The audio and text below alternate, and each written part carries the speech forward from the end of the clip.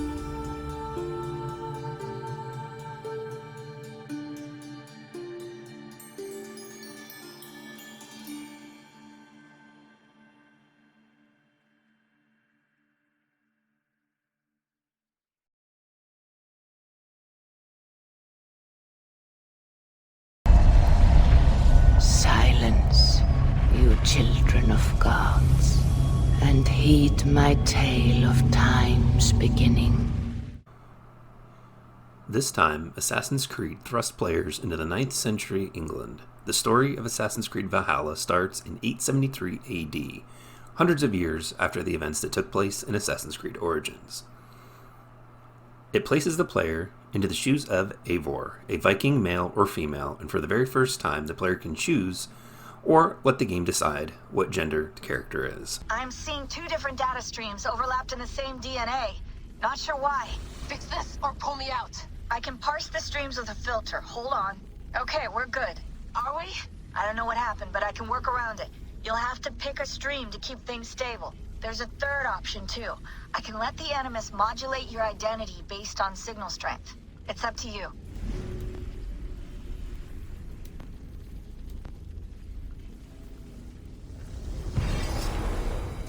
Alright, I'll lock it in and push ahead. This choice reflects on some very rare dialogue. In some instances in the world around Eivor, they will refer to Eivor as her or him. Sometimes, though, due to a bug, the world still messes up and refers to the her Eivor or as him, or as the him Eivor as her. When the game starts off, Eivor is a child. There's a party celebrating the joining of two Viking clans, and this is where some of the very early story elements of the game are set up. Eventually, Eivor watches his or her mother and father be brutally murdered. If I give my life, will you spare my clan? You have my word. No. No, Baron. No, Aaron! Pick up your axe!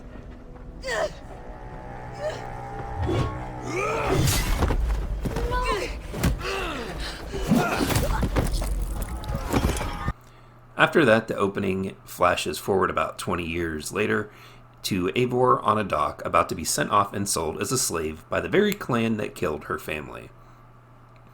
This sets up that Eivor is still holding that grudge and has been pursuing the clan and the leader responsible for her family's death. In the following section of the game, you are introduced to many gameplay systems, some short-ranged weapons and short-ranged combat with the bow. You learn very quickly that regenerating health from the previous two titles, Assassin's Creed Origins and Assassin's Creed Odyssey, is gone and is now replaced by eating health food items. The free roaming and parkour is back, and that hasn't really changed much, except that in some areas, due to the geometry of the world, it now feels slow and clunky, or in some cases is just broken altogether. At first glance, it doesn't seem like much has changed, but as the game unfolds, it feels to me that Assassin's Creed Valhalla has taken a step back in many aspects and not for the better. One of the major gameplay mechanics in the newer Assassin's Creed games was the introduction of a bird companion. Aside from being a story element, the bird had also had many gameplay functions. In Assassin's Creed Origins and Assassin's Creed Odyssey, you use the bird for marking enemies, looting chests, resources for upgrading gear, and revealing things on the in-game map. In Assassin's Creed Valhalla, almost all of this was removed. Using the bird for marking things is still a part of the bird's function. However, the mark was lessened from a precise area to just a general around where the objective was. Now, it was just faster and quicker to run around while using your Odin sight, an ability that sends out a pulse, showing you points of interest, and this effectively made using the bird redundant. As I mentioned earlier, AC Origins redid the combat with a total overhaul. It moved the button functions from the face buttons to the shoulder, giving you a heavy and light attack, and as you would think, the heavy attacks are slow but do more damage, and the light attacks are fast but do less damage. Crouch, depending on the controller that you are using, was either circle or the B button, and the dodge was added into the square or X. And you could have multiple swords, daggers, spears, bows, and arrows equipped within the available slots. This made it so that you didn't have to go into the menu and change your weapon, making combat very versatile. The game offered for the first time an RPG loot system with gear based on color that told you how rare and powerful it was. This on top of a skill tree that had a clear path for desired playstyle. While the base combat remained the same in Assassin's Creed Valhalla, they did away with getting random loot drops from defeating enemies, and some of the base controller and button functions were changed for seemingly no good reasons. The extra slots for weapons were removed, forcing you to go into your inventory screen every time you want to switch weapons. And And when it comes to the basic and ranged and held weapons, something about them just doesn't feel right to me. The quick attack feels slow and the heavy attack just feels even slower. The ranged combat is what you would expect from a bow and arrow, and the game offers 3 different types of bows: Hunter, Predator, and Light Bow. The Hunter is the most common style in many games, where you pull the trigger to draw the arrow back, and the longer you hold it, the more damage the arrow does. The Predator bow moves the view to first person and makes it so that when you pull the trigger, the arrow fires, and the Light Bow remains in third person and has a rapid fire function. These bows are of course optional and are up to the player's choice of gameplay style.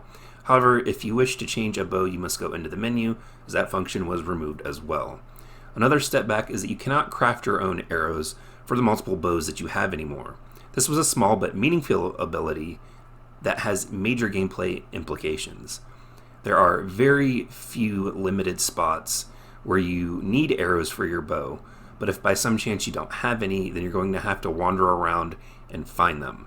One addition that I really do like, though, is that the enemies now have glowing weak points highlighted on their body when using a bow, and hitting these points can cause the enemies to stagger and will cause some to be unable to use certain weapons like bows or swords, spears, etc.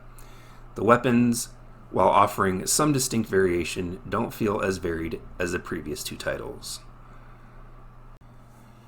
Now let's discuss the world, player progression, and how the skill tree functions. Beginning with the skill tree. This has to be one of, if not the worst of any RPG-ish game that I have ever experienced. The skill tree starts off covered with a fog. Now this to me is highly bothersome, as it makes choosing what to select difficult.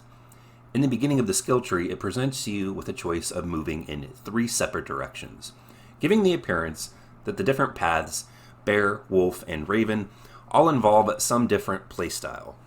As a spoiler, they don't. They essentially have the same kind of perks, a plus whatever percentage to a weapon type, armor type, or attack type, with the real meaningful perks that you want spread out across the tree in no discernible order. Honestly, I find it really shallow and a bit deceiving considering the previous 2 games. They did such a great job of giving you something to look forward to when leveling the main character, and they didn't hide where the skills were at. It gave you a clear defined path to the skill you wanted, and it wasn't filled with meaningless, shallow stats in between.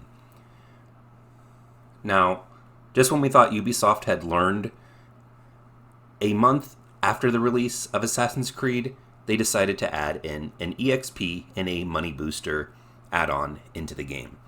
Now, I'm 2 minds of this. In the previous 2 games, the item was there from day 1, and it always kind of loomed in the back of my mind that maybe the XP gains were affected. I couldn't really tell though, and honestly, it never really made me feel like I was at a disadvantage, or that I had to grind XP to progress. I did a lot of the side missions, but I had fun doing them, and I was always the appropriate level for the side quests.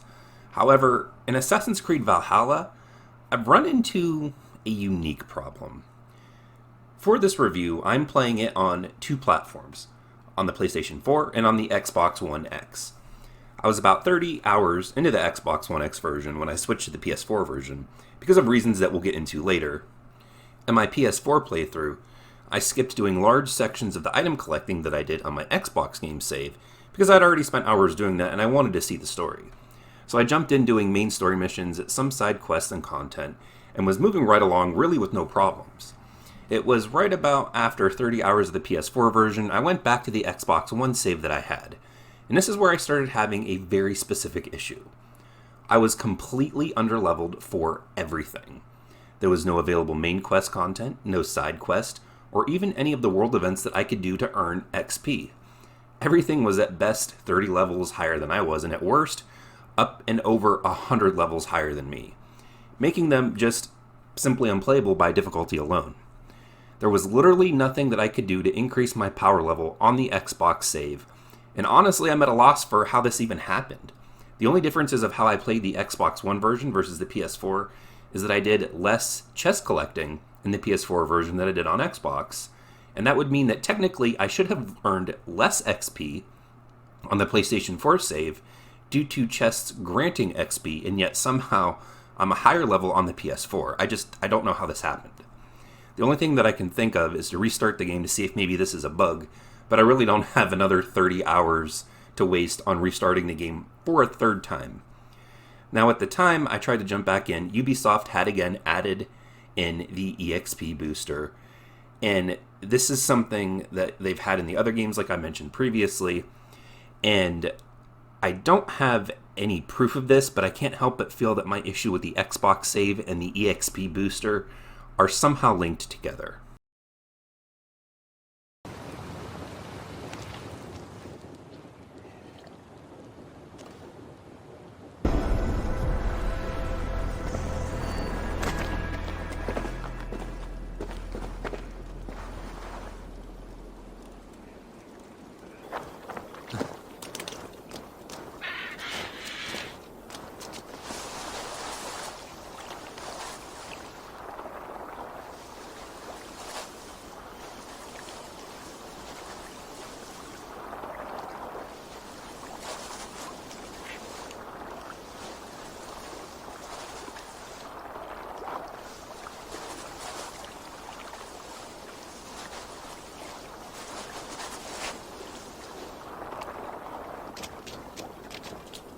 Those crates is gone.